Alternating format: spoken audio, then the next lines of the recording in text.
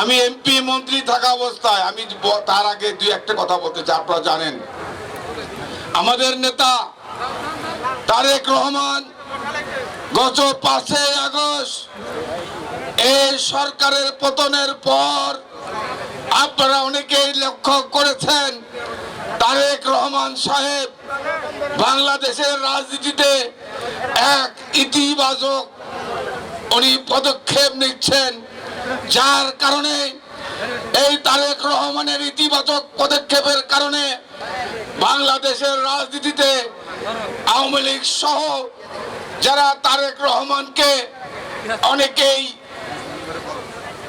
অনেকভাবেই তাকে ছোট করার চেষ্টা করেছেন, কিন্তু আজকে তারেক রহমান সাহেব তার যোগ্যতা তার অভিজ্ঞতা দিয়ে আজকে প্রমাণ করেছেন বাংলাদেশের রাজনীতিতে উনি আগামী দিনের সঠিক সিদ্ধান্ত নিয়েছেন এবং বাংলাদেশের রাজনীতিতে আগামী দিনে তারেক রহমান প্রধানমন্ত্রী হবেন, এটাই কার্যক্রমের মাধ্যমে প্রমাণ করেছেন। সকল শ্রেণীর মানুষ আজকে তারেক রহমান বলতে অন্ধ হয়ে গিয়েছে। সবাই বলে আরে তারেক রহমান তো অনেক যোগ্য মানুষ, তারেক রহমান সাহেব অভিজ্ঞ মানুষ, উনি তার কর্মকাণ্ড তার সঠিক পদক্ষেপের মাধ্যমে এই 3 মাসের রাজনীতির এই শেখ হাসিনার পতনের পর উনি প্রমাণ করেছে বাংলাদেশের রাজনীতিতে তারেক রহমানের বিকল্প আছে। তাই প্রিয় ভাইরা আমার, আমি আজকে এই অনুষ্ঠানের মাধ্যমে বলতে চাই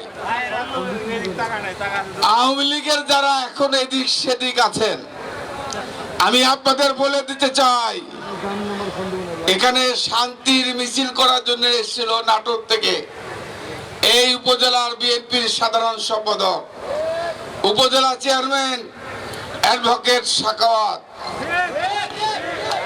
এখানে আমাদের বিএনপির সভাপতি আনসার ভাই ছিল, যুব দলের নেতা বিপ্লব ছিল, তাদেরকে কিভাবে আক্রমণ করা হয়েছে মাদনাগড়ে। আমার ভাই মাজেদুর রহমান মাজুর, তার কি অপরাধ ছিল? মাজেদুর রহমান মাজুর এই মাদনাগড় কলেজকে আজকে দাঁড় করিয়েছে। এই মাদনাগড় বালিকা বিদ্যালয়, যে বিদ্যালয়ের শিক্ষক ছাত্র ছাত্রী যারা এখানে লেখাপড়া করে শিক্ষকদের কর্মসংস্থানের ব্যবস্থা করেছিল, এটা কি তার মাজেদুর রহমানের অপরাধ? আজকে মাজেদুর রহমানকে নৃশংসভাবে হত্যা করা হয়েছে।